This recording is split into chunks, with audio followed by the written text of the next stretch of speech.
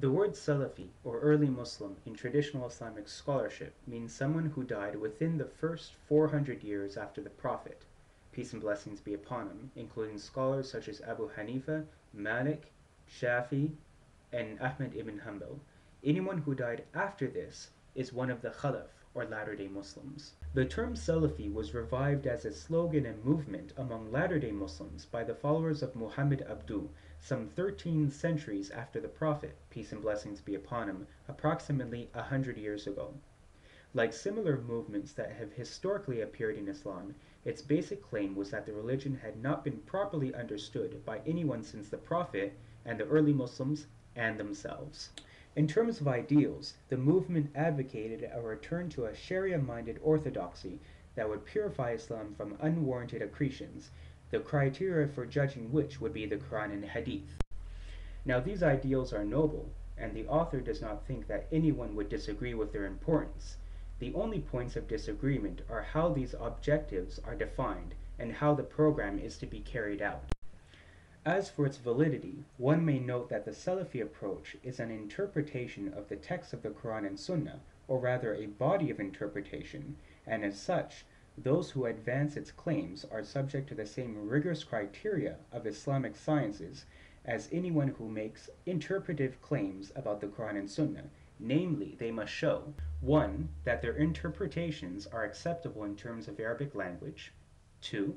That they have exhaustive mastery of all primary texts that relate to each question, and 3. That they have full familiarity of the methodology of fiqh or usul al-fiqh, or fundamentals of jurisprudence, needed to comprehensively join between all primary texts. Only when one has these qualifications can one legitimately produce a valid interpretive claim about the texts, which is called ijtihad, or deduction of Sharia from the primary sources.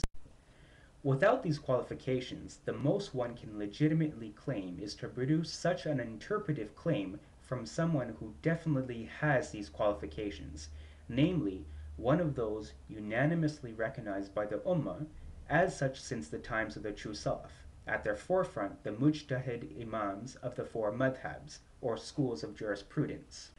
As for the scholars today who do not have the qualifications of a mujtahid, it is not clear to the author why they should be considered mujtahids by default, such as when it is said that someone is, quote-unquote, the greatest living scholar of the Sunnah, any more than we could qualify a schoolchild on the playground as a physicist by saying he is the greatest physicist on the playground. Claims to Islamic knowledge do not come by default. Slogans about following the Quran and Sunnah sound good in theory, but in practice it comes down to a question of scholarship and who will sort out for the Muslims the thousands of Sharia questions that arises in his life. One eventually realizes that one has to choose between following the ijtihad of a real mujtahid or the ijtihad of some or another movement leader whose qualifications may simply be a matter of reputation, something which is often made and circulated among people without a grasp of the issues. What comes to many people's minds these days when one says Salafis is bearded young men arguing about deen. The basic hope of these youthful reformers seems to be that argument and conflict will eventually wear down any resistance or disagreement to their positions, which will thus result in purifying Islam. Here the author thinks that education on all sides could do much to improve the situation. The reality of the case is that the mujtahid imams, those whose task it was to deduce the Islamic Sharia from the Quran and Hadith, were in agreement about most rulings, while those they disagreed about they had good reason to, whether because the Arabic could be understood in more than one way, or because the particular Quran or Hadith text admitted of qualifications given in other texts, some of them acceptable for reasons of legal methodology to one mujtahid but not another, and so forth. Because of the lack of hard information in English, the legitimacy of scholarly difference on Sharia rulings is often lost sight of among Muslims in the West. For example, the work Fiqh al-Sunnah by the author Sayyid Sabiq, recently translated into English, presents hadith evidences for rulings corresponding to about 95% of those of the Shafi'i school. The Maliki school has the Madawwana of Imam Malik, for example, and the Hanafi school has the explanation of meanings of hadith and explanation of problematic hadiths, both by the great hadith Imam Abu Ja'far al-Tahawi, the latter work of which has recently been published in 16 volumes in Beirut.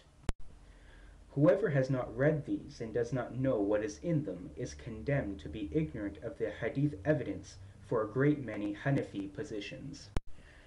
What the author is trying to say is that there is a large fictional element involved when someone comes to the Muslims and says, quote, "No one has understood Islam properly except the Prophet, peace and blessings be upon him, and early Muslims, and our Shaykh," unquote. This is not valid, for the enduring works of first-rank Imams of Hadith, jurisprudence, Quranic exegesis, and other Sharia disciplines impose upon Muslims the obligation to know and understand their work, in the same way that serious comprehension of any other scholarly field obliges one to have studied the works of its major scholars who have dealt with its issues and solved its questions. Without such study, one is doomed to repeat mistakes already made and rebutted in the past. Most of us have acquaintances among this ummah who hardly acknowledge another scholar on the face of the earth besides the Imam of their madhab, the Sheikh of their Islam, or some contemporary scholar or other. And this sort of enthusiasm is understandable, even acceptable at a human level in a non-scholar, but only to the degree that it does not become bigotry, meaning that one believes one may put down Muslims who follow other qualified scholars. At that point it is haram, because it is part of sectarianism among Muslims that Islam condemns. When one gains Islamic knowledge and puts fiction aside, one sees that superlatives about particular scholars, such as the greatest, are untenable, that each of the four schools of classical Islamic jurisprudence has had many, many luminaries. To imagine that all preceding scholarship should be evaluated in terms of this or that great reformer, quote unquote, is to ready oneself for a big letdown, because intellectually it cannot be supported. The author recounts once hearing a law student at the University of Chicago saying, quote, "I'm not saying that Chicago has everything, it's just that no place has anything," unquote. Nothing justifies transposing this kind of attitude onto our scholarly resources in Islam, whether it is called Islamic movement, Salafism, or something else. And the sooner we leave it behind, the better it will be for our Islamic scholarship, our sense of reality, and for our deen.